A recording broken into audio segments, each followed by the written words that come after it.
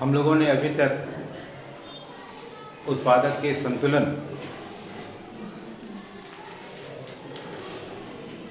की व्याख्या में जो आवश्यक टूल्स थे उनको देखा और उत्पादक का संतुलन भी देखा। अब हम लोग उत्पादन फलन में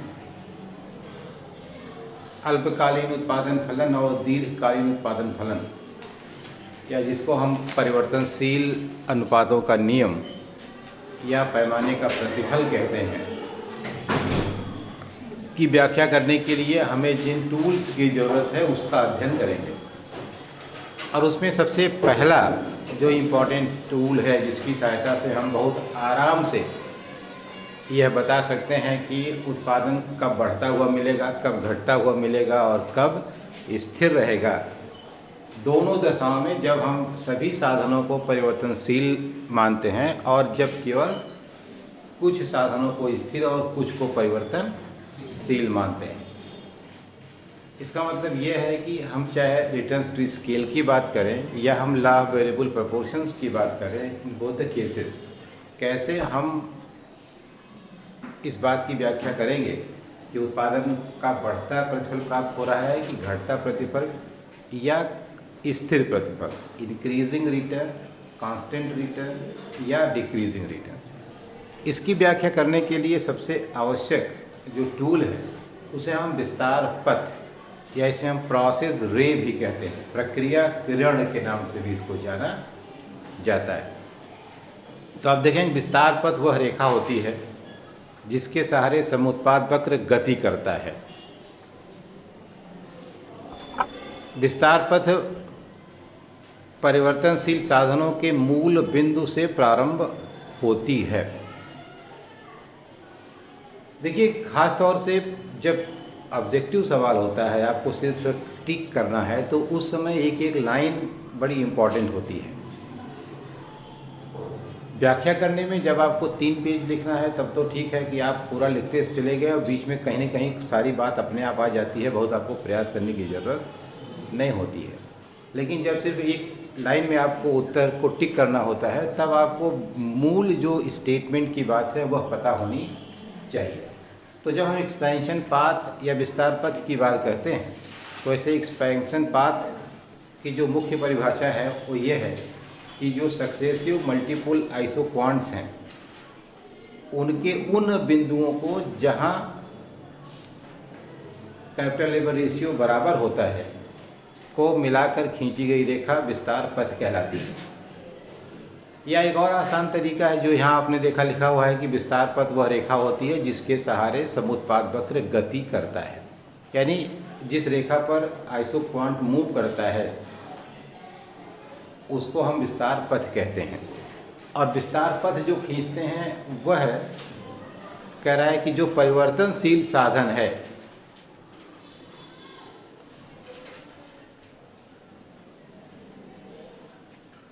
तो जो परिवर्तनशील साधन होगा उसी के समानांतर होगी, और अगर दोनों परिवर्तनशील है तो मूल बिंदु से प्रारंभ होगी। ठीक है, तो आप देखें कि विस्तार पथ कैसे आप बनाते हैं।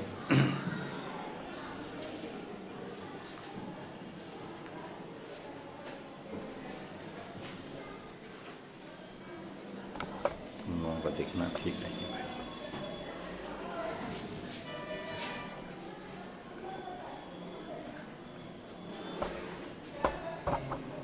दिख रहा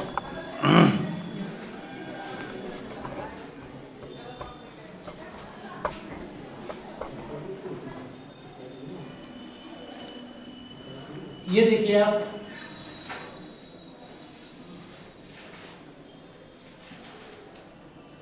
अगर मान लीजिए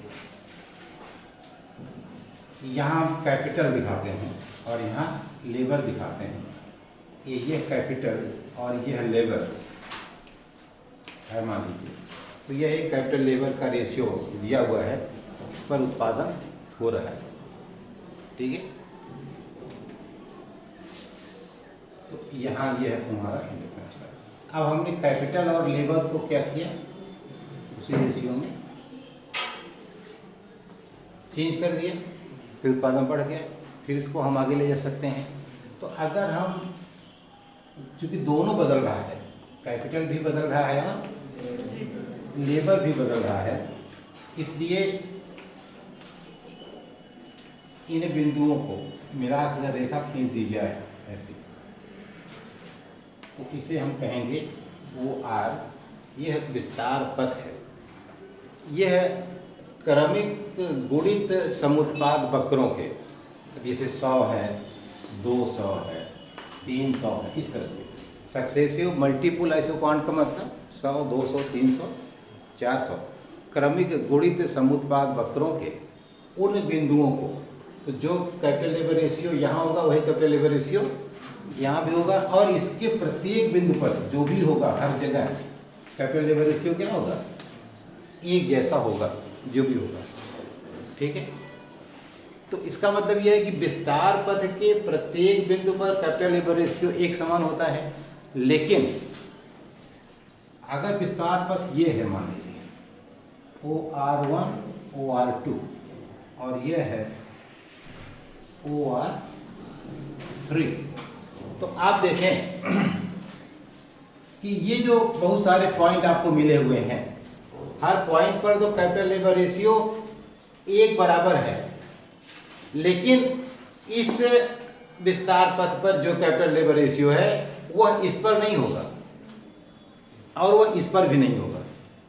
इसका मतलब यह है कि विस्तार पथ के विभिन्न बिंदुओं पर पूंजी श्रम अनुपात बराबर होता है, लेकिन समुत्पाद वक्र के विभिन्न बिंदुओं पर, जैसे ये समुत्पाद वक्र पर एक बिंदु यहाँ A है, एक बिंदु यहाँ B है, एक बिंदु यहाँ C है, इसी तरह यहाँ क्या है, A1 है, B1 है और C1 है। तो B1 और एक यहाँ मान लीजिए अगर हम इसको B2 कर देते हैं, इसको A2 कर देते हैं, इसको A3 कर देते हैं, 3 मान लीजिए पॉइंट हम ले लेते हैं। इस 3 पॉइंट में जो A1 और A2 पर पूंजी श्रम अनुपात बराबर होगा, C1 और C2 पर पूंजी श्रम अनुपात बराबर होगा, लेकिन ABC पर अलग अलग होगा, A1 B1 C1 पर अलग अलग होगा, A2 B2 और C2 पर भी कैसा होगा, अलग अलग। इसका मतलब कि विस्तार पथ का प्रत्येक बिंदु समान पूंजी श्रम अनुपात को बताता है, लेकिन समुत्पाद वक्र का भिन्न भिन्न बिंदु अलग अलग पूंजी श्रम अनुपात को व्यक्त करता है, क्योंकि समुत्पाद वक्र पर ABC अलग अलग कैपिटल लेबर रेशियो को व्यक्त करता है। क्यों? क्योंकि यहाँ कैपिटल इतना होगा और लेबर इतना होगा। यहाँ अगर देखोगे तो कैपिटल कम हो जाएगा, लेबर ज़्यादा हो जाएगा, यहाँ कैपिटल और कम हो जाएगा, लेबर और ज़्यादा हो जाएगा। ठीक है, तो इसका मतलब कि समुत्पाद वक्र के विभिन्न बिंदुओं पर पूंजी श्रम अनुपात अलग अलग होगा, लेकिन विस्तार पथ के प्रत्येक बिंदु पर पूंजी श्रम अनुपात आपस में बराबर होगा। यदि दोनों साधन परिवर्तनशील हैं तो विस्तार पथ मूल बिंदु से होकर खींची गई रेखा होगी, जैसे OR1, OR2 और OR3। प्रश्न यह है कि कौन सी रेखा होगी या किस विस्तार पथ पर वह उत्पादन करेगा। Which one expansion path will be preferable for the producer, it depends on the technology being used by the producer. क्यों? क्योंकि अगर वह R3 का चुनाव करता है तो ज़्यादा कैपिटल और कम लेबर का प्रयोग करेगा। ठीक, इसके हर बिंदु पर कैपिटल क्या होगी, ज़्यादा होगी, लेबर क्या होगा, कम होगा। अगर वह R2 का इस्तेमाल करता है तो लेबर ज़्यादा इस्तेमाल करेगा और पूंजी कम इस्तेमाल करेगा। अगर वह बीच का OR3 का इस्तेमाल करता है तो कैपिटल और लेबर दोनों समान मात्रा में इस्तेमाल करता है। इसका मतलब दिया हुआ उत्पादन प्राप्त करने के लिए which one particular technology will be used, ये किस पर डिपेंड करेगा कि फैक्टर्स ऑफ प्रोडक्शन की अवेलेबिलिटी कैसी है। अगर लेबर ज़्यादा उपलब्ध है तो लेबर इंटेंसिव टेक्निक का प्रयोग होगा, अगर कैपिटल ज़्यादा उपलब्ध है तो कैपिटल इंटेंसिव तकनीक का प्रयोग होगा, और नहीं तो फिर न्यूट्रल टेक्नोलॉजी होगी, चाहे लेबर और कैपिटल दोनों को बराबर मात्रा में इस्तेमाल किया जाएगा। तो यह इम्पॉर्टेंट है कि विस्तार पथ तीनों में से कौन होगा, यह टेक्नोलॉजी पर डिपेंड करेगा। ठीक है, और साधन की उपलब्धता पर। या यूँ कह सकते हो कि साधन की लागत पर। अगर श्रम सस्ता है तो श्रम ज़्यादा इस्तेमाल होगा, और पूंजी सस्ती है तो पूंजी ज़्यादा इस्तेमाल होगा। और वह उपलब्धता और उसकी कीमत दोनों एक दूसरे के ही एक तरह से पर्याय हैं, क्योंकि अगर ज़्यादा होगा तो सस्ता होगा और कम होगा तो महंगा होगा। और अगर कम, इसलिए चाहे ये कहो कि ज़्यादा उपलब्ध है या कहो कि सस्ता उपलब्ध है, दोनों का घुमा फिरा करके मतलब क्या होगा, एक ही होगा। तो ये विस्तार पथ है, इम्पॉर्टेंट है। अब देखो, ये तो हम उस समय ट्राई करते हैं जब दोनों साधन परिवर्तनशील हैं। अगर मान लो एक साधन परिवर्तनशील होता है, या हम केवल श्रम या केवल पूंजी में परिवर्तन करते हैं, तब क्या होगा? तब विस्तार पथ, ये लाइन भी याद रखने वाली है कि ऐसे केसेस में विस्तार पथ परिवर्तनशील साधन के समानांतर एक सीधी रेखा होगी।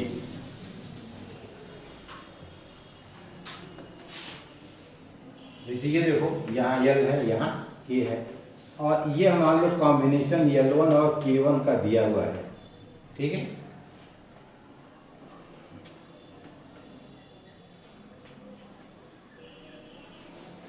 ये है हमारा समुपाद।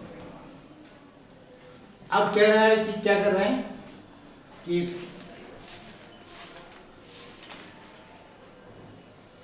केवल एक साधन में वृद्धि करो,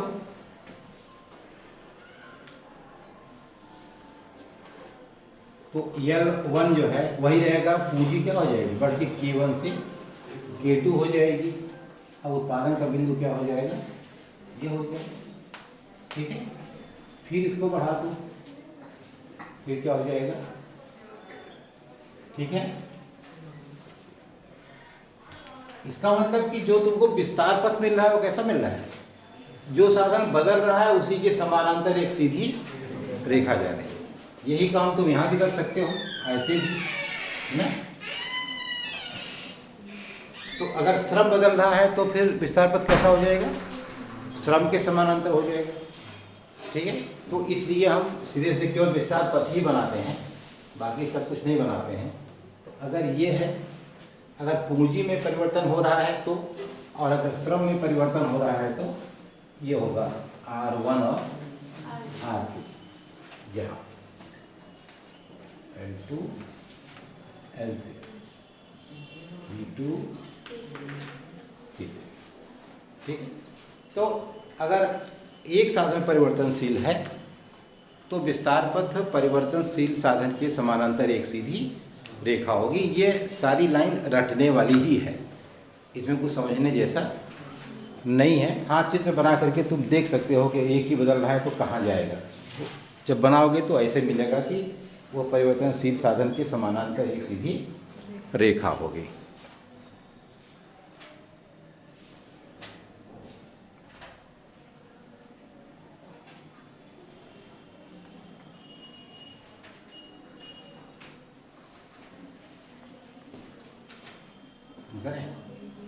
अब देखो, यही हम लोगों ने पीछे हम लोग पढ़ चुके हैं कि विस्तार पथ जो है, अपर रिज लाइन और जो लोअर रिज लाइन हमने पढ़ा था, याद है ना।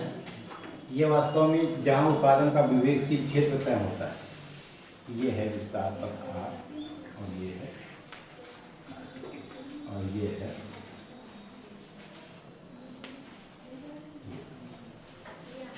ठीक है। तो अगर पूंजी श्रम अनुपात स्थिर रहता है तब तो विस्तार पथ एक सीधी रेखा होती है। लेकिन दोनों ही साधन बदल रहे हैं, लेकिन पूंजी श्रम अनुपात स्थिर नहीं है, तब वो, इसका मतलब उसका शेप कर्वेचर में होगा, वक्राकार होगा। तो वक्राकार होगा तो कैसा होगा, ये इसका R1 और R1 और R2 में से यहाँ भी वो किसको चुनेगा, वो एक ही जवाब है कि वो तकनीक उत्पादन की कैसी है, साधन की उपलब्धता कैसी है और साधन की कीमत कैसी है, ठीक है। तो लेकिन ये वक्र कैसा हो जाएगा, वो ये हो जाएगा जहाँ यह है कि स्थिर नहीं रहेगा, परिवर्तनशील।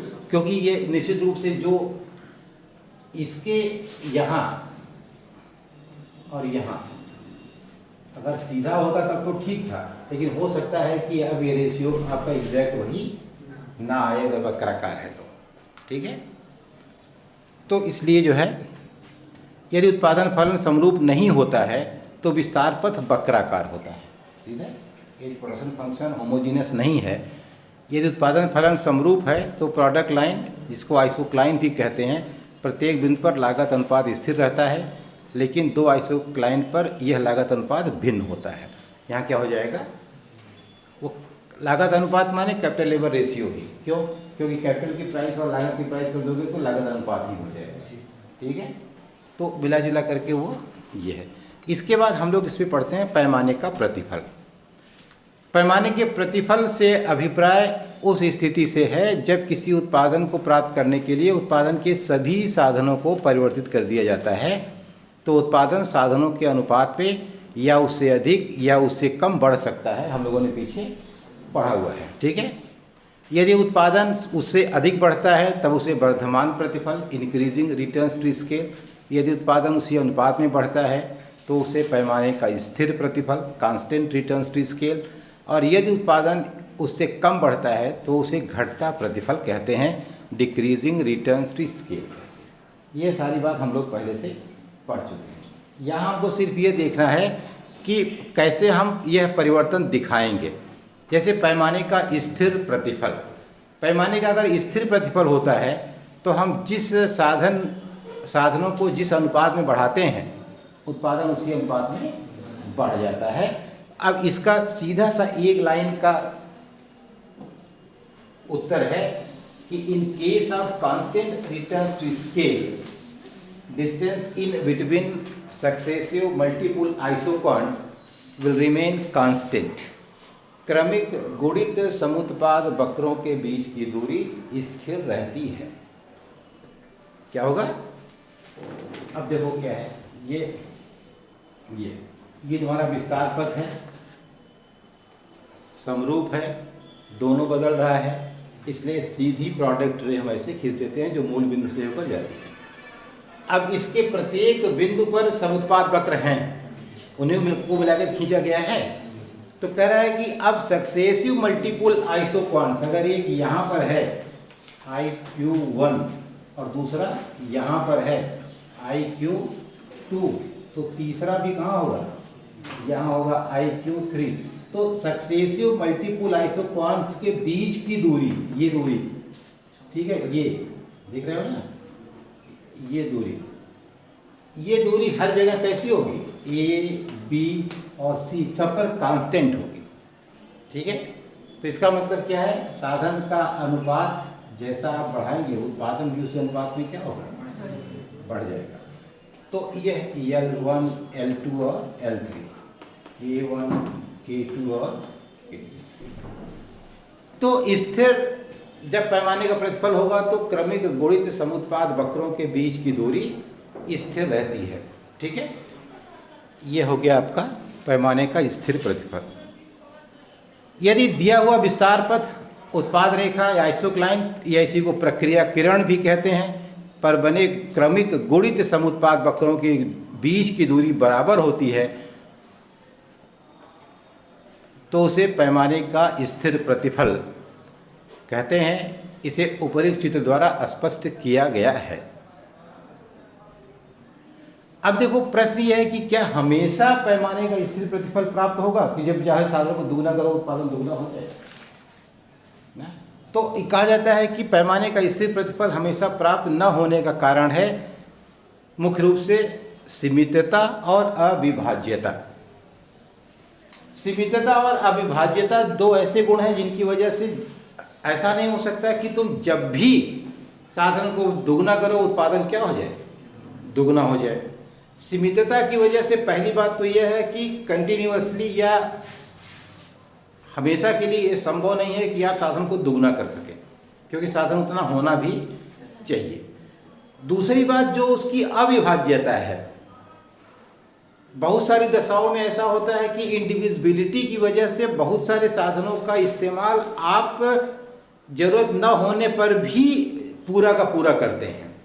जैसे मान लीजिए आप कपड़े की सिलाई करना चाहते हैं और आपको सिर्फ अपने शर्ट का थोड़ा सा फट गया है उसे सिलना है, तो क्या उसको सिलने के लिए आप सिर्फ मशीन की हैंडल खरीद लेंगे? आपको चाहे जितना कम सिलना हो, आपको खरीदना पूरी मशीन ही पड़ेगी। और अभी आपने उसको फटा हुआ सिलने के लिए खरीदा था, और अगर 6 महीने बाद आपको लग जाए कि यार क्यों ना मोहल्ले वालों का कपड़ा सिले, तो अब आपको क्या पूंजी के नाम पर मशीन खरीदनी है ना? इसका मतलब क्या है कि उत्पादन अब आप ज़्यादा करेंगे, लेकिन आपका जो कैपिटल इन्वेस्टमेंट है वो बहुत ही कम होगा, जीरो होगा, क्योंकि वो तो आप पहले से खरीद चुके हैं। इसका मतलब जो अविभाज्यता थी मशीन की, कि आप उसे टुकड़े में नहीं खरीद सकते थे, क्योंकि वो टुकड़े से खरीदने पर काम नहीं करेगी। जैसे आपने एक बकरी खरीदा मान लीजिए, अब बकरी को अगर चारा खिलाना है तो चारे के लिए चारा मशीन तो चाहे एक बकरी के लिए खरीदिए चाहे 5 भैंसों के लिए खरीदिए, पूरी चारा मशीन ही खरीदना पड़ेगा ना। कि बकरी के लिए सिर्फ उसका हत्था खरीद लेंगे काम चल जाए, नहीं चलेगा। इसका मतलब बहुत सारे ऐसे साधन हैं, ये हमने जानबूझ करके बहुत बेसिक से आपको बताया ताकि आप समझ जाएं। तो ऐसे बहुत सारे साधन हैं जिनका हम अविभाज्यता की वजह से टुकड़े में इस्तेमाल नहीं करते, और यदि पूरा इस्तेमाल करते हैं तो जब मांग बढ़ती है तो बिना नए निवेश के भी उसमें संभावना रहती है कि उसकी पूरी क्षमता का इस्तेमाल किया जाए। इसका मतलब बहुत सारे साधन ऐसे हैं जो अंडर यूटिलाइज हैं, उनकी पूरी क्षमता का प्रयोग नहीं हो रहा है, और जब तक उनकी पूरी क्षमता का प्रयोग नहीं हो जाता तब तक साधन को नया लगाने की ज़रूरत नहीं है। इसका मतलब साधन जब आप नहीं भी बढ़ाएंगे तब भी उत्पादन क्या होगा, बढ़ जाएगा, क्योंकि उसमें अतिरिक्त क्षमता विद्यमान है। एक सिलाई मशीन केवल फटा शर्ट सिलती थी, अब उसके में इतनी क्षमता है कि वो 4-10 शर्ट दिन भर में सिल सकती है। तो मांग बढ़ने पर बिना सिलाई मशीन बढ़ाए भी उत्पादन बढ़ाया जा सकता है। इसका मतलब कि उत्पादन वृद्धि नियम लागू होगा, स्थिर नियम लागू नहीं होगा, अर्थात लागत नहीं बढ़ेगी, उत्पादन क्या होगा, बढ़ जाएगी। तो मुख्य रूप से 2 बातें इंपॉर्टेंट हैं, एक सीमितता और एक अविभाज्यता। ठीक है, जहाँ दिक्कत हो बताना।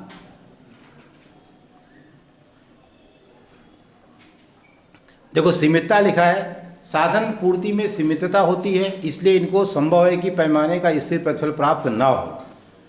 अविभाज्यता में क्या लिखा है, साधनों की अविभाज्यता के कारण उनमें अतिरिक्त क्षमता पाई जाती है, जिसके कारण मांग बढ़ने पर साधनों की मात्रा में परिवर्तन किए बगैर ही उत्पादन बढ़ जाता है और पैमाने का बढ़ता प्रतिफल प्राप्त होता है, जो हमने आपको बताया।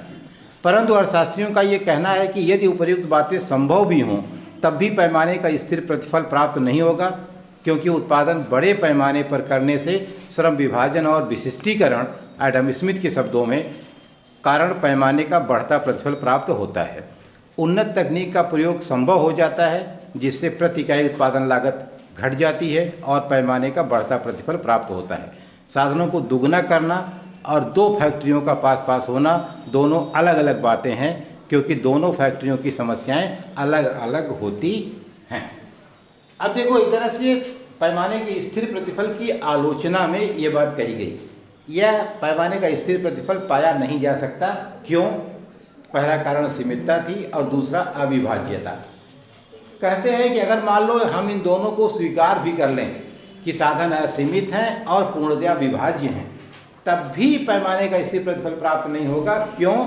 क्योंकि उसमें दूसरे कारण हैं, और वो ये हैं कि श्रम विभाजन और विशिष्टीकरण। जब हम बड़े पैमाने पर कोई उत्पादन शुरू करते हैं और काम का विशिष्टीकरण हो जाता है, तो श्रम विभाजन की वजह से सबको जब अलग अलग काम मिल जाता है तो हर आदमी की उत्पादन क्षमता बढ़ जाती है, और जब वह उसी काम को बार बार करता है तो उससे गलती होने की संभावना भी कम हो जाती है, और उसमें सफाई और उसकी गुणवत्ता भी पहले से बेहतर हो जाती है। आपने पढ़ा भी है कि करत करत अभ्यास से जड़मत होत सुजान, और रसरी आवत जात से सिल पर होत निशान। तो आप जब बार बार कोई काम करते हैं, एडम स्मिथ ने भी यही कहा था कि श्रम विभाजन और विशिष्टीकरण बड़े पैमाने के उद्योगों की बहुत जो मुख्य बात है वो ये है कि वहाँ इसका अवसर मिल जाता है कि आप ज़्यादा उत्पादन करने के लिए ऐसा बंटवारा काम का कर सकते हैं, और निश्चित रूप से इनसे उत्पादन तेज़ी से बढ़ता है।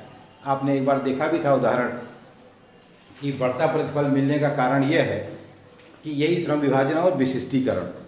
ठीक है, जैसे जब आप सारा काम करते हैं, जैसे एक आदमी है वो घर, मान लो अपने घर का ही उदाहरण ले लेते हैं। एक आदमी है उसे घर का सारा काम करना पड़ता है। जैसे मान लो ये लड़की है, ये अपने घर में सारा काम करती है, झाड़ू भी लगाती है, कपड़ा भी धुलती है, खाना भी बनाती है और सारे काम करती है। तो इसका मतलब यह है कि जब सारा काम करेगी तो हर काम को कैजुअल ही करेगी, किसी काम में बहुत ज़्यादा दक्ष नहीं हो सकती है। और सारा काम करते करते उसे थकान भी आएगी, बोरियत भी आएगी, वो नहीं भी करना चाहेगी ना। अब इस काम को अगर अलग अलग लोगों में बांट दिया जाए, एक आदमी केवल झाड़ू लगाए, एक आदमी केवल खाना बनाए, एक आदमी केवल कपड़ा धुले, तो हर आदमी अपने अपने काम में बहुत कुशल भी हो जाएगा और काम के बढ़ने से काम का लोड भी कम हो जाएगा। तो अब वो काम तेजी से होगा। जैसे मैंने आपसे कहा था कि एक सिलाई मशीन वाला है, मान लीजिए आपके मोहल्ले में उसने नई नई दुकान खोली, अकेले मशीन लेके बैठ गया। अभी उसके पास कोई जानता नहीं था, तो लोग उसको टेस्ट कर रहे थे फटे पुराने कपड़े सिला करके। धीरे धीरे उसकी रेपुटेशन बन गई, नहीं आदमी अच्छा है, अब उसके पास काम आने लगा। तो वो जब अकेला सिलाई मशीन के साथ काम कर रहा है तो वो सारे काम कर रहा है। वो आने वालों को अटेंड भी कर रहा है, उनकी नाप भी ले रहा है, कटिंग भी कर रहा है, सिलाई भी कर रहा है, प्रेस भी कर रहा है, कांच बटन भी कर रहा है, आने वाले को वापस भी कर रहा है, बातचीत भी कर रहा है। तो दिन भर में वो ज़्यादातर उसका समय तो अनप्रोडक्टिव कार्यों में चला जाता है। तो पता ही दिन भर में वो केवल एक शर्ट बना पाता है। क्या कर रहा है? अब जो काम ज़्यादा हो गया उसने एक आदमी रख लिया। अब एक आदमी रख लिया तो एक आदमी एक शर्ट बनाता था और एक आदमी और बढ़ गया। तो अब ये क्या करता है, सिर्फ कटिंग करता है, लोगों से बातचीत करता है, प्रेस करता है, कांच बटन करता है, वापस करता है, और वो दिन भर केवल सिलाई करता है। तो अब वो एक आदमी बढ़ गया, लेकिन शर्ट दिन भर में 5 सिल दिया। कितना सिल दिया भाई? आदमी तो एक ही बढ़ा, तो एक आदमी एक सिल रहा था, अब 2 हो गए तो 2 सिलना चाहिए। लेकिन नहीं, जब 2 हो गए तो शर्ट कितने सिलेंगे? 5, क्योंकि अब वो सिर्फ आंख बंद करके सिलाई कर रहा है और इनकी कुशलता भी बढ़ती जा रही है, कटिंग करने की भी। अभी वो काम कम कर रहा है तो वो थोड़ा वो एक्सपर्ट भी हो जाएगा। इसी तरह और काम बढ़ गया, उसने एक और रख लिया तो और भी ज़्यादा उत्पादन हुआ। लेकिन ऐसा नहीं है कि आप रखते जाइए और उत्पादन बढ़ता जाए। हर चीज़ की एक से सीमा होती है। अब आपको मशीन भी बढ़ानी पड़ेगी, जो कैपिटल आपकी है उसमें भी इन्वेस्टमेंट बढ़ाना, यानी लागत बढ़ेगी। एक समय के बाद क्या होता है कि उत्पादन बढ़ती हुई लागत से प्राप्त होता है, घटती हुई लागत से हमेशा आजीवन उत्पादन प्राप्त नहीं हो सकता है। और अगर आप नहीं मशीन बढ़ाएंगे तो केवल आदमी बढ़ा देंगे, तो जब 2, 3, 4 हो जाएंगे तो कोई काम नहीं रहेगा, तो सब आपस में बैठ के झाड़ा करेंगे, तो उत्पादन बढ़ने के बजाय क्या हो जाएगा? पता चला उसने झाड़ा किया, मशीन की सुई ही तोड़ दिया। हाँ, अक्सर हो जाता है इस तरह से आपस। तो उत्पादन ह्रास नियम लागू होने लगा, बजाय उत्पादन बढ़ने के उत्पादन क्या हो गया? घट गया। हाँ, तो इस तरह से बहुत सारी बात आप कर सकते हैं। अब इसमें आपने देखा कि बढ़ता प्रतिफल भी क्यों मिलता है, घटता भी क्यों मिलता है और स्थिर भी क्यों मिलता है। मैंने जानबूझ करके सबकी व्याख्या एक साथ आपको बताया, ठीक है। अब देखो पैमाने का बढ़ता प्रतिफल क्या होगा। बढ़ते प्रतिफल में इसी क्रमिक गुणित समुत्पाद वक्रों के बीच की दूरी कम हो जाएगी, यानी उत्पादन तो दुगना हो जाएगा लेकिन लागत दुगने से कम बढ़ेगी, यही ना। इसको मिटाएं।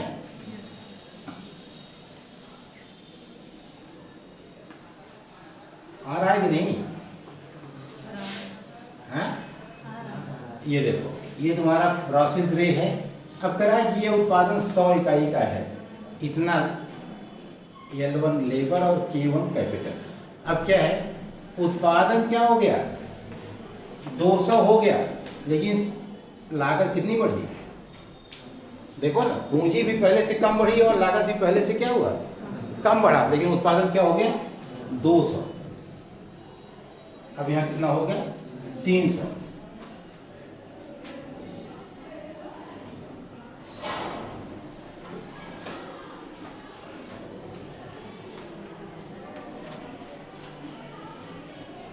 ये अगर ध्यान दो तो इसके बीच की दूरी क्या हो रही है? घटती जा रही है। इसका मतलब सिर्फ यही है कि लागत कम बढ़ रही है, उत्पादन ज़्यादा बढ़ रहा है। तो क्रमिक गुणित समुत्पाद वक्रों के बीच की दूरी in case of increasing returns to scale will be diminishing. कैसी होगी? घटती हुई होगी।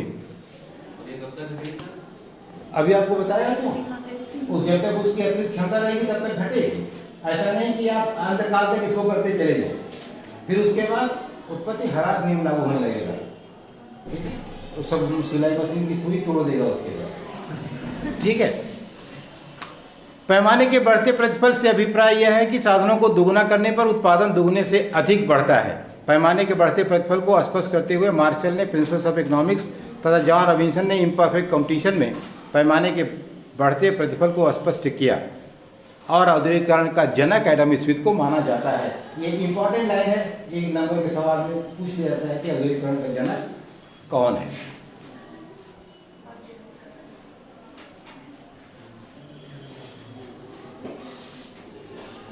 ये उसी की व्याख्या है कि उपयुक्त चित्र से स्पष्ट है कि साधनों की मात्रा हम दुगुना नहीं बढ़ाते हैं, लेकिन उत्पादन दुगुना हो जाता है। अतः साधन दुगुने से कम बढ़ता है और उत्पादन दुगुने से अधिक या दुगुना हो जाता है, एक ही बात है।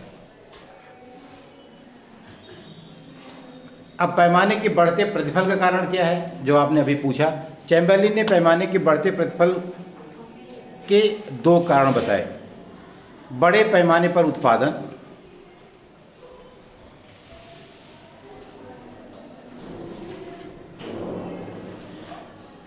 श्रम विभाग, पीछे आपने देखा था कि उत्पादन का पैमाना बड़ा हो जाता है, इसलिए भी बड़े पैमाने की तमाम बचतें, मार्शल ने एक बचतों का कॉन्सेप्ट दिया था। बचतें यानी बाह्यताएं, जिनको उन्होंने कहा था एक्सटर्नलिटीज। बाह्यताएं दो तरह की होती हैं, आंतरिक बाह्यताएं और बाह्य जो है इंटरनल और एक्सटर्नल। ठीक है, वो बाह्यताएं लाभदायक भी होती हैं और हानिकारक भी होती हैं। जैसे वो सीधी सी बात है, अगर मान लीजिए कि यूनिवर्सिटी खुल गई, वीर बहादुर सिंह पूर्वांचल यूनिवर्सिटी खुल गई, तो उससे एक तो सीधा सा लाभ यह हुआ कि उसके आसपास लोगों को चाय की दुकान, पान की दुकान, किताब की दुकान, स्टेशनरी, फोटोकॉपी, स्टूडियो, तमाम तरह की जरूरतों लोगों को पड़ेगी, तो उसके लिए लोगों को रोजगार मिल गया। जैसे एक्सटर्नलिटीज में लाभदायक है। ठीक है, उसमें हानिकारक भी हो सकता है। जैसे वहाँ इतने लोगों की बस्ती बन गई, अब वहाँ तमाम तरह का पोल्यूशन हो रहा है, कचरा फेंक रहे हैं, वातावरण खराब हो रहा है, आसपास के गांव वाले परेशान हैं, लड़के हैं कुछ अच्छा कर रहे हैं, कुछ बुरा कर रहे हैं, उससे भी लोग परेशान हैं। ठीक है, तो उससे कुछ अच्छा भी है और कुछ बुरा भी है। तो हर सिस्टम में जो एक्सटर्नलिटीज़ होती है उसकी कुछ वो लाभदायक होती हैं और कुछ हानिकारक होती हैं। कुछ प्लांट के अंदर ही उत्पन्न होती हैं और कुछ प्लांट के बाहर होती हैं।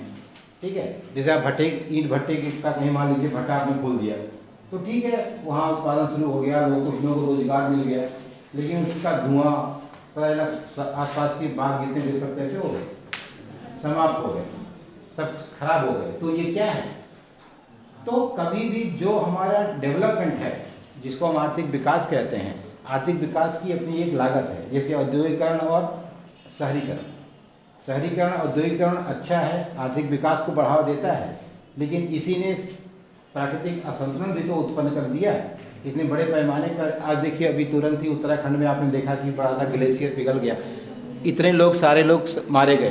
तो ये इस तरह की जो प्राकृतिक आपदाएं हो रही हैं, ये वास्तव में असंतुलन का परिणाम है। निश्चित रूप से कहीं न कहीं जो प्राकृतिक संतुलन होना चाहिए प्रकृति के साथ जनसंख्या का, या प्रकृति के दोहन करते समय हम वास्तव में उस पर ख्याल नहीं कर रहे हैं।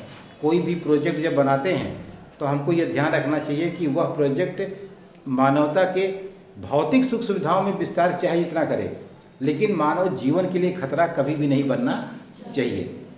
और हम जब तेज़ी से विकास करते हैं तो हम उस पहलू पर विचार करना छोड़ देते हैं, और जब वो हमारे सामने सुरसा की तरह मुँह पाकर खड़ा हो जाता है तब हम चिंतित हो जाते हैं कि अब क्या करें।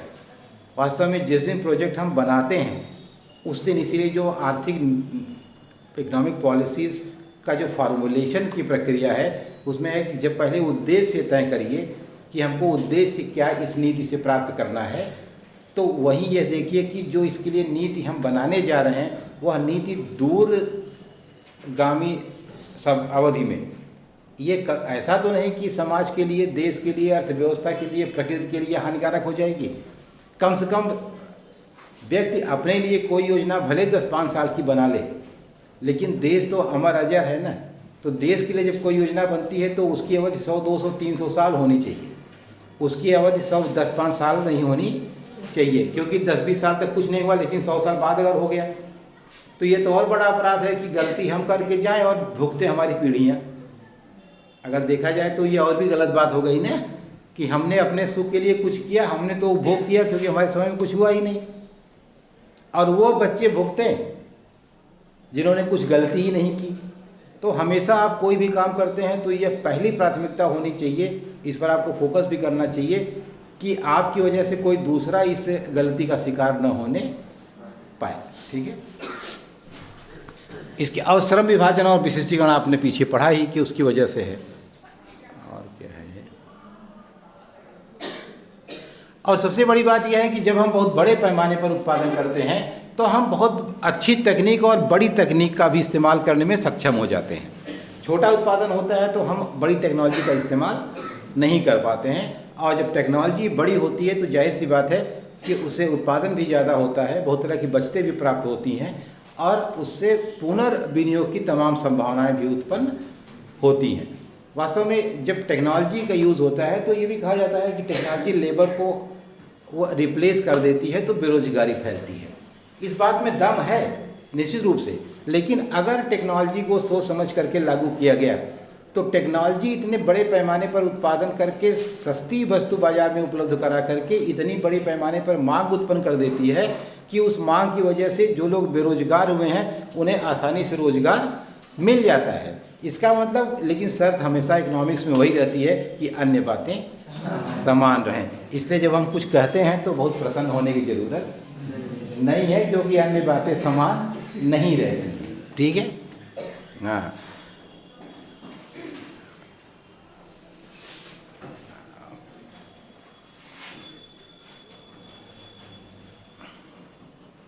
पीगू ने 2 प्रकार के विशिष्टीकरण की बात कही, एक लेटरल और एक वर्टिकल। लेटरल का मतलब होता है कि आप जहाँ हैं उसी में विशिष्टीकरण प्राप्त कर लें, और वर्टिकल का मतलब होता है कि आप जंप कर जाएं किसी सिस्टम में दूसरे सेक्टर में आप विशिष्टीकरण प्राप्त करें। ठीक है। बुमोल ने अपनी पुस्तक economic theory and operation analysis में पैमाने के बढ़ते प्रतिफल का एक महत्वपूर्ण कारण बताया। उनके अनुसार विमीय संबंध के कारण पैमाने का बढ़ता प्रतिफल प्राप्त होता है। डायमेंशनल कैरेक्टर भी होता है कभी कभी। इसमें उदाहरण है, आप सब सुन लीजिए। उदाहरण के लिए 3 फुट घनाकार लकड़ी के बक्से में 1 फुट घनाकार बक्से की तुलना में 9 गुना लकड़ी लगी होती है, जबकि उसकी क्षमता 27 गुना होती है। इसी प्रकार नाली का व्यास दुगुना करने पर नाली से पानी का प्रवाह दुगने से अधिक बढ़ता है। इसका मतलब यह है कि जिससे पानी बहता है, आप नाली को थोड़ा सा चौड़ा करेंगे, जैसे पानी नाली जितना है उसको आप दुगना कर दीजिए, तो ऐसा नहीं कि पानी दुगना ही बहेगा, पानी दोगुने से ज़्यादा बहता है उसमें। उसका कारण डायमेंशनल क्वालिटी है। तो कहता है कि बहुत सारे ऐसे ये बक्सा, संदूक देखा है कभी गांव में? एक इस तरह का पहले होता था, अब पता नहीं बहुत सही नहीं बन रहा है, लेकिन इस तरह का एक तिरछा संदूक होता था गांव में ना। इसी संदूक को बनाने में कह रहा है कि 1 घन फुट का संदूक हो या 3 घन फुट का संदूक अगर बने तो लकड़ी 9 गुना ज़्यादा लगती है, लेकिन जो जगह उसमें आती है वो 27 गुना ज़्यादा होती है। ठीक है। तो ऐसा क्यों होता है? वो इसकी डिज़ाइन की वजह से होता है। तो जो इस तरह का डायमेंशन उसका बना होता है कि उससे उत्पादन कई गुना ज़्यादा होता है। ठीक है। मार्शल ने प्रिंसिपल्स ऑफ इकोनॉमिक्स में लिखा कि बाह्य मितव्ययताओं के कारण पैमाने का बढ़ता प्रतिफल प्राप्त हो। जो हमने अभी आपसे बताया कि बहुत सारी बाह्यताएँ होती हैं, तो उसमें आंतरिक मितव्ययताएँ भी होती हैं और कुछ बाह्य मितव्ययताएँ भी होती हैं। लेकिन जाहिर सी बात है कि केवल मितव्ययताएँ नहीं होती हैं, अमितव्ययताएँ भी होती हैं। कुछ नुकसान भी होता है कि पर्यावरण खराब हो जाता है। इससे औद्योगिकरण और शहरीकरण से जो बड़े पैमाने पर पर्यावरण को नुकसान हुआ, उसकी कोई भरपाई नहीं है। इसीलिए अब हम ग्रीन जीडीपी की बात करते हैं। किसकी बात करते हैं? ग्रीन जीडीपी का मतलब जो आपने बताया कि साल भर में हमारी जो कुल उत्पादित वस्तुओं और सेवाओं का मौद्रिक मूल्य 100 रुपया है, तो हम कहते हैं कि ये तुम्हारी जीडीपी नहीं है, इसने 50 रुपये का पर्यावरण बर्बाद भी कर दिया है, तो शुद्ध जीडीपी कितनी हो गई? 85 रुपया, 100 नहीं है, तो ये ग्रीन जीडीपी है। जब हम पर्यावरणीय नुकसान को उसमें से माइनस कर देते हैं तो जो जीडीपी बनती है उसे क्या कहते हैं? ग्रीन जीडीपी कहते हैं। तो इसका मतलब ये है कि केवल मितव्ययताएँ नहीं होती हैं, बहुत सारी अमितव्ययताएँ भी उत्पन्न होती हैं। बढ़ते प्रतिफल और पूर्ण प्रतियोगिता का सह अस्तित्व। अक्सर एक सवाल आता है कि क्या पैमाने का बढ़ता प्रतिफल और पूर्ण प्रतियोगिता का सह अस्तित्व संभव है? तो अब ध्यान दीजिए, किसी विवाद में पड़े बगैर यह स्पष्ट रूप से मान लेते हैं कि दोनों का सह अस्तित्व संभव नहीं है, जिसके निम्न कारण है। पैमाने का बढ़ता प्रतिफल तब पाया जाता है जब वह अनुकूलतम से कम हो, जबकि पूर्ण प्रतियोगिता की मान्यता है कि फर्म का आकार अनुकूलतम होता है। आपने पूर्ण प्रतियोगिता पढ़ा है, BA1 वाले अभी नहीं पढ़े, मान लीजिए वो आगे पढ़ेंगे। तो पूर्ण प्रतियोगिता में ये माना जाता है कि फर्म की साइज कैसी है? अनुकूलतम, और बढ़ता प्रतिफल मिलता ही अनुकूलतम के पहले है। अगर अनुकूलतम हो गया तो बढ़ते प्रतिफल कोई मतलब नहीं है, इसलिए बढ़ता हुआ प्रतिफल और पूर्ण प्रतियोगिता का कोई सह अस्तित्व संभव नहीं है, पहली बात। दूसरा, पैमाने का बढ़ता प्रतिफल श्रम विभाजन, विशिष्टीकरण तथा उन्नत तकनीक का होना आवश्यक है, जबकि पूर्ण प्रतियोगिता में यह पाया जाना असंभव है। ठीक है, तो इसका मतलब है कि पूर्ण प्रतियोगिता और बढ़ते प्रतिफल का सह अस्तित्व संभव नहीं है। क्या पैमाने के बढ़ते प्रतिफल सदैव पाए जा सकते हैं? जो आपने पूछा था, कब तक बढ़ता रहेगा? स्पष्ट है कि नहीं। J.M. क्लार्क ने अपनी पुस्तक the economics of overhead cost में क्लार्क ने किसान और हल का उदाहरण देकर यह स्पष्ट करने का प्रयास किया कि पैमाने के बढ़ते प्रतिफल की एक सीमा होती है। क्या उदाहरण था? इसमें लिखा नहीं है। उसने कहा कि मान लो एक किसान अपने एक खेत के टुकड़े को एक हल बैल के द्वारा 1 घंटे में 8 घंटे में जोतता है। मान लो ये है टुकड़ा, इसको अगर जुताई करता है कितना टाइम लगता है? 8 घंटे। 2 कितना लेगा?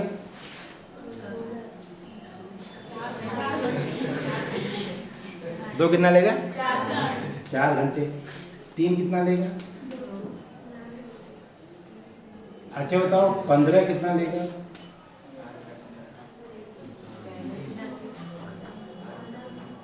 एक सीमा के बाद जब तुम 15-20 कर दोगे तो सारे केवल खड़े रहेंगे, कुछ नहीं करेंगे, और दिन भर खड़े रहेंगे, 1 इंच नहीं जुताई करेंगे, घूमेंगे कहाँ? इसका मतलब एक लिमिट है बढ़ते प्रतिफल की, एक सीमा के बाद बढ़ता प्रतिफल प्राप्त नहीं होता है। तो उसने कहा कि हल और बैल एक निश्चित मात्रा में ही जल्दी से जुताई कर सकते हैं। जब आप बहुत ज़्यादा लगा देंगे तो वो सारे के सारे क्या करेंगे? खड़े रहेंगे, दिन भर खड़े रहेंगे, और जुताई कितनी करेंगे? कुछ नहीं, शाम को निकलेंगे सारा खेत बिना जोता हुआ रहेगा, क्योंकि वो चलेंगे कहाँ जोतने के लिए। तो इसलिए ऐसा नहीं है कि पैमाने का बढ़ता प्रतिफल तुमको अनंत काल तक मिलता रहता है।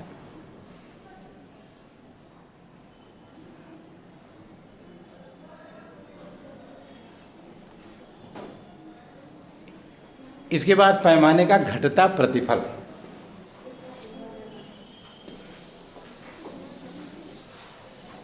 यहाँ क्या है कि उत्पादन तुम ये देखो 100 है, यहाँ क्या हो गया?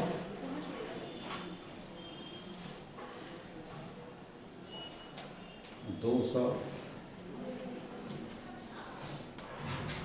यहाँ इसके बीच साधनों की मात्रा तो ज़्यादा होगी, लेकिन उत्पादन क्या होगा? कम होगा। तो घटते प्रतिफल में क्या होता है कि साधन ज़्यादा लगता है लेकिन उत्पादन कम मिलता है। इसलिए क्रमिक गुणित समुत्पाद वक्रों के बीच की दूरी क्या होती है? वो बढ़ती जाती है। तो एक जगह बढ़ती जाएगी, एक जगह घटती जाएगी, एक जगह समान रहेगा। पैमाने के घटते प्रतिफल से अभिप्राय यह है कि साधनों की वृद्धि की तुलना में उत्पादन में वृद्धि कम होती है। इसके अंतर्गत क्रमिक गुणित समुत्पाद वक्रों के बीच की दूरी बढ़ती जाती है, अर्थात साधनों की मात्रा दुगनी करने पर उत्पादन दुगने से कम बढ़ता है। ठीक है, ये हमेशा होगा एक समय के बाद, क्योंकि लगातार घटता हुआ नहीं प्राप्त होगा। जब तक उसमें एक्सेस क्षमता रहेगी, जब तक आप तब तक घटता हुआ प्राप्त होगा। और जैसे ही इससे क्षमता खत्म हो जाएगी, वैसे ही आप उत्पादन बढ़ाना चाहते हैं तो आपको लागत भी क्या करनी होगी, बढ़ानी पड़ेगी। ठीक है, जो लोग जाना चाहें जा सकते हैं।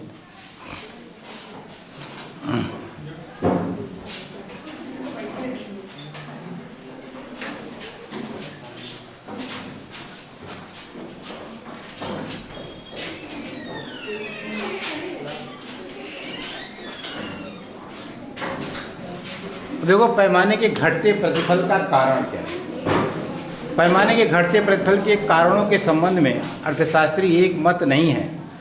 कुछ अर्थशास्त्रियों का मानना है कि उद्यमकर्ता एक स्थिर साधन है जहां अन्य साधनों को बढ़ाया जा सकता है, उद्यमकर्ता को बढ़ाना संभव नहीं होता।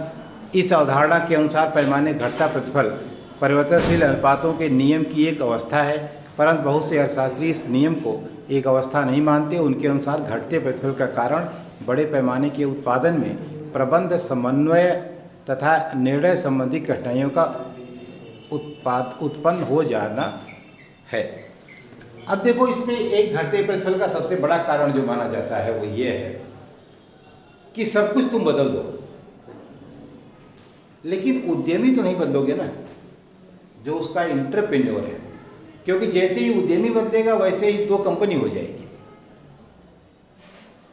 तो जब उद्यमी नहीं बदलेगा तो उसकी एक सीमा है ना मैनेजमेंट करने की, यानी मैनेजरियल स्किल उसकी जो है, उसकी एक सीमा है कि वो कितने लोगों को वो कितना मैनेज कर सकता है, कितने देर तक काम कर सकता है, कितना उसका दिमाग चलेगा, कब तक वो बिना टेंशन में आए काम कर सकता है, कितना वो दबाव, कितना तनाव झेल सकता है, कितना वह बढ़िया हैंडल कर सकता है।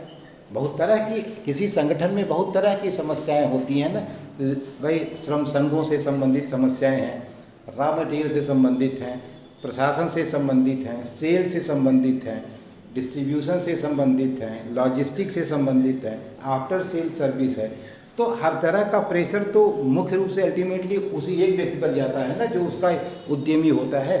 तो ऐसे में वह एक उसकी एक सीमा होती है, और उसका ये जो कोऑर्डिनेशन है, उसका जो मैनेजरियल स्किल है, वह धीरे धीरे कमज़ोर पड़ जाता है। इसलिए उत्पादन का घटना अनिवार्य है। उत्पादन हमेशा बढ़ नहीं सकता है।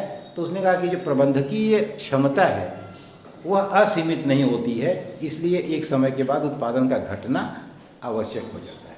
ठीक है, इसके बाद इसमें यह सारा था जब हम लोग परिवर्तनशील अनुपातों रिटर्न्स टू स्केल की व्याख्या करते हैं, जब दोनों साधन बदलते हैं। अब हम लोग जब एक साधन बदलेंगे तो कैसे व्याख्या करेंगे कल। ठीक है।